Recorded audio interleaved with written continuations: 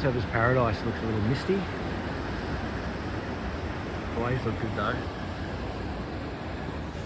It was a bit wet underfoot today, especially on the way back. Sorry, on the back side of the hill. The way down, it's a bit slippery. So be careful. But overall, happy with that. Good training before this. Then going to this. Happy days. Are injuries in sport inevitable? The short answer is it depends, mainly on the following three things. Firstly, your commitment to being injury-free. Secondly, the training decisions you're making or taking from coaches. And thirdly, the sport you're playing. Now, before we dive into these areas, if you don't want to listen any further, in my experience, injuries are not inevitable. Most injuries can be prevented and simply don't need to happen. However, despite this, injuries will continue on their current trajectory in my view. It's no wonder when you consider the following sayings are part of the furniture in both recreational and professional sport. You hear it all the time. Things like, injuries are part of the game. If there's no injuries, they're not training hard enough. Injuries are inevitable. For the record, sports injury can be defined as, and I quote, sports injury denotes the loss of bodily function or structure that is the object of observations in clinical examinations, end quote. Now, sports trauma is a different thing, and I quote, sports trauma is defined as immediate sensation of pain, discomfort, or loss of functioning that is the object of athlete self-evaluation, end quote. So these are two different things. Trauma, physical trauma, will come up from time to time depending on the sport. But what I'm talking about in these recordings is sports injury. So let's look at the first one, your commitment to being injury-free. Nearly everyone who plays sport or competes in sport will verbalize they wish to be injury-free. Yet, in my experience, around 80% of these same people display low to absolutely no commitment to actually being injury-free. The best analogy I can think of is everybody wants to go to heaven, but no one wants to die. Outside of any genetic predisposition and psychology around this, the effort required to offset the physical negatives of the sport you play are real. And yes, for all the fantastic benefits of your sport, and anyone that listens to this regularly would know I'm the biggest advocate of people playing sport, but there are unfortunately also negatives that compound over time unless you address them. So Isaac Newton discovered long ago, for every action there's an equal and opposite reaction. The same applies to your sport too. It's time consuming, requires discipline, and there are simply no shortcuts. The higher the level of sport or training that you're doing, the more necessary addressing your soft tissue length, tension, strength, and posture becomes. The second point is the training decisions you're making or taking from coaches. This ties in with your commitment to being injury-free, but actually takes it a step further. You're now taking responsibility for the training decisions, not just working around them. Either making them yourself and or having input with your sports coach. As far back as 1983, which is over 40 years ago at the time of me recording this, Tudor Pomper published his fantastic textbook, The Theory and Methodology in Training. And in the second chapter, titled Principles of Training, he had two subheadings. The first was the principle of active participation in training. The second was principles of individualization. So the training decisions and program that you create or follow are upstream from the execution of the training sessions themselves. Therefore, some questions need to be asked about it. Here are three simple questions to get you started. Firstly, is the program individualized to you in any way? Secondly, have you had any input into it? And thirdly, what assessments or data have you collected to make informed training decisions? Now we'll look at the third of the 3 points, which is the sport you're playing. And we'll use 4 sports as an example. And those 4 sports are bodybuilding, mixed martial arts, rugby league, and swimming. Now, the categorization of sport is probably as old as sport itself.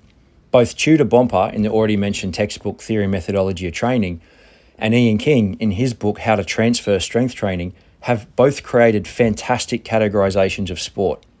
However, I've kept it simple. The physical training for bodybuilding is an individual sport, predictable in terms of exercise movements, Most of these exercises are cyclical. It's a non-contact activity conducted in the controlled environment of a gym. And bodybuilders are scored via vanity metrics while posing in front of a panel of judges. Mixed martial arts, or MMA, is an individual sport as well. However, it's acyclical and unpredictable, which means the fight can go anywhere at any time: kicking, punching, kneeing an elbow, standing clinch, or on the ground. The contact aspect in terms of striking revolves around inflicting bone and soft tissue damage or knocking out your opponent, while cutting off blood flow to the brain and or deliberately dislocating your opponent's joints via joint subluxation is the other goal.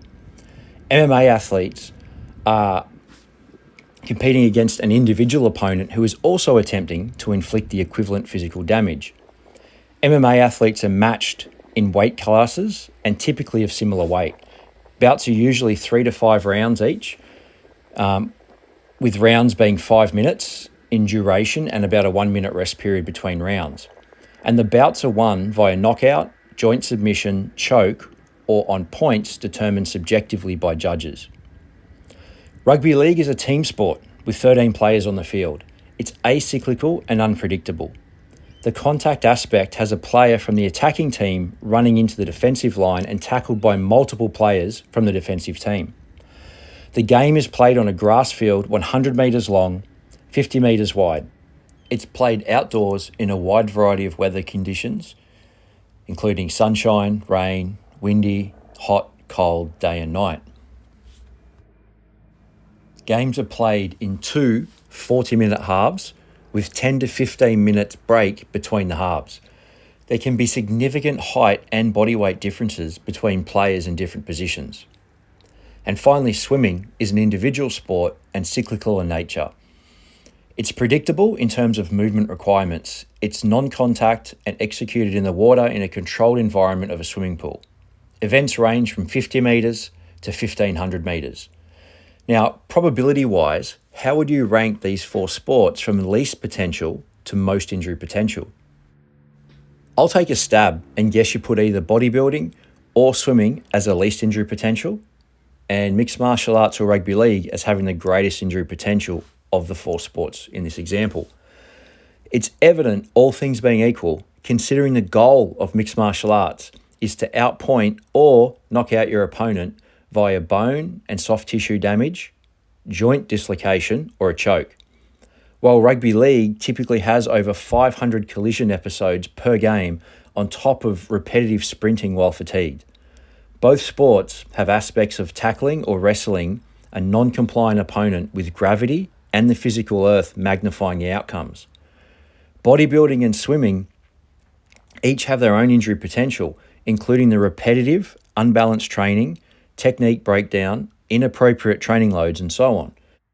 However, the potential for injury is lower as bodybuilders and swimmers are in control of their bodies at all times in controlled environments. I'm not suggesting injuries need to happen in any of these sports. The injury rates in all of them are unnecessarily high in my view, but that problem is yours to solve as a participant, not the sports. Yes, mixed martial arts and rugby league will result in more bodily bruising and corks than swimming without question, due to the physical impact of the sports and the need to condition the body for it. Yes, the potential for joint subluxation and dislocation is greater in the grappling aspects of MMA, as that's the entire point of submission wrestling. Now that said, training with experienced and respectful training partners, tapping early in training, now that's outside of any specific drilling for late stage submission escapes, but that's a whole nother story. Dropping the ego and understanding the error was made a few steps before you need to tap are all strategies to reduce this potential, in addition to optimizing your soft tissue length and tension to maintain healthy joints. It's your responsibility to get educated. It's your responsibility to ready your body for the immediate and long-term demands of your chosen sport. It's your responsibility to ready your body for the daily training requirements, which extends beyond training into hydration, nutrition, and sleep. 2/3 or 66% of the focus has been on you, your personal commitment, decisions, and actions. 1/3 or 33% focused on the sport you play. You can't change the stresses of your sport, but you can make significant change to your body to deal with these inevitable stresses of sport.